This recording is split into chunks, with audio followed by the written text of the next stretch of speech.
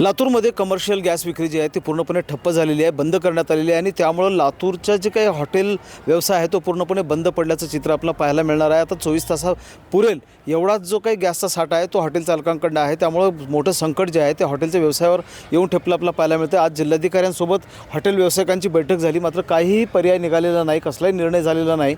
Hotel व्यावसायिकांना gas देण्यात येणार नाही अशा प्रकारचं जिल्हा प्रशासनानं सुनावलेलं आहे आणि त्यामुळं लातूरचे जे काही हॉटेल आहेत ते आता बंद पडायला सुरुवात झाली अशा प्रकारचं चित्र आहेत। हॉटेल व्यावसायिक आपल्यासोबत आहे, त्यांच्याकडनं जाणून घेणार आहोत। मला सांगा काय परिस्थिती झालेली आहे आणि काय चर्चा झाली, प्रशासनासोबत काय पर्याय निघतोय का? प्रशासनाला मी निवेदन दिलं हॉटेल असोसिएशनतर्फे की जास्तीत जास्त आज किंवा उद्यापर्यंतचा गॅस सिलेंडर कमर्शियलचा साठा हॉटेल चालकाकडे आहे। जनरली कुठलाही हॉटेल चालक 4 ते 5 दिवसाच्या वरचा साठा परचेस करून ठेवत नाही, कारण नेहमी क्विक मिळत असते गॅस। परंतु आता आम्ही कलेक्टर मॅडमना भेटल्यानंतर त्यांनी म्हणले काही करता येत नाही, याच्यात एक केंद्राचे आदेश आहे, तरी सांत्वना म्हणून 2-3 दिवसात बघू काय करता येईल असं सांगितलेलं आहे। तरी आम्हाला आता उद्यापासनं जवळपास निम्मे हॉटेल तर 100% बंद होणार आणि काही वस्तू जी आहेत ते आपल्या चुलीवर बनवता येऊ शकतात तेवढा बनवून विकू शकतात, प्रत्येक गोष्ट चुलीवर शक्य नाही, त्यामुळं गॅसची पुरवठा लवकरात लवकर झाला पाहिजे। शहरामधली हॉटेलं जी आहेत ती बहुतांश हॉटेल असे आहेत की जी चूल पेटू शकत नाहीत। चुलीवर शक्यच नाही ना, प्रत्येक ॲटम चुलीवर कसं बनणार? जो चायनीज ॲटम आहे त्याला गॅसच लागतो, त्याला प्रेशर लागतं।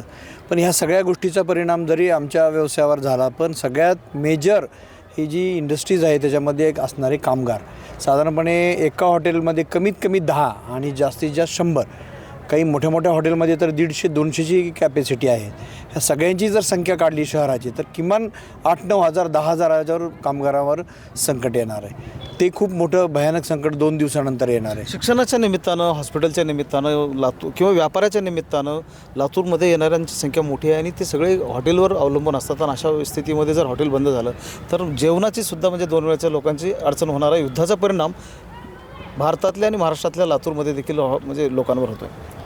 ही खरी गोष्ट आहे की लातूर ही एक खूप मोठी बाजारपेठ आहे आणि इथं जो येणारा वर्ग आहे रोजचा आवक आणि जावक बाहेरच्या लोकांची खूप मोठी आहे। त्यांच्या जेवणावर, त्यांच्या राहण्यावर या सगळ्याच गोष्टींवर परिणाम होणार आहे। पण आता हे समजत नाही की हे काय कसं हँडल होईल।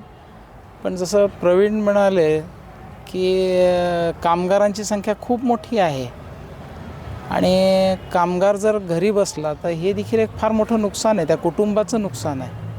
त्यामुळे मला असं वाटतं की याच्यात लवकरात लवकर पर्याय सरकारने काहीतरी ह्याच्यामध्ये शोधून पर्याय काहीतरी दिले पाहिजेत, किंवा जेणे आमची एक डिमांड अशी होती की बा समजा आम्हाला 1-2 सिलेंडर रोज लागतात तर 1 वर आणा, 2 दिवसाआड 1 द्या, पण काही का असं ना की त्या स्टाफला तरी आम्हाला खाऊ घालून, कारण जनरली प्रत्येक रेस्टॉरंटमध्ये स्टाफच्या जेवणाची व्यवस्था ही तो हॉटेलचा ओनर करत असतो। मग त्याला देखील जर जेवायला घालता येत नसेल आम्हाला तर मग त्याला सांभाळायचं कसं, हा एक आमच्यासमोर फार मोठा प्रश्न निर्माण झालेला आहे। सरकारने ह्याच्यामध्ये काहीतरी, जसं सरकार म्हणतं की वसतिगृह असतील किंवा शाळा असतील, दवाखाने असतील, शाळा, दवाखाने, वसतिगृह आणि म्हणजे जे काही शैक्षणिक संस्था आणि जे काही आरोग्याच्या संस्था त्यांना अगोदर पुरवलं जाईल। हॉटेल इंडस्ट्रीवर मोठं संकट जे आहे ते गॅसची जी काही यंत्रणा ठप्प झाल्यामुळं ओढवलेलं आहे आणि लातूरमध्ये जे आहे ते जी काही संख्या हॉटेलांची ती आता एक एक करून हॉटेल बंद व्हायला सुरुवात झालेली आहे।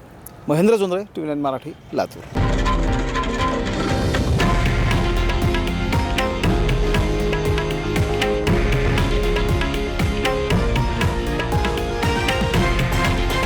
हे आहे देशातील नंबर 1 न्यूज नेटवर्क आणि आपण पाहत आहात TV9 मराठी, एकमेव।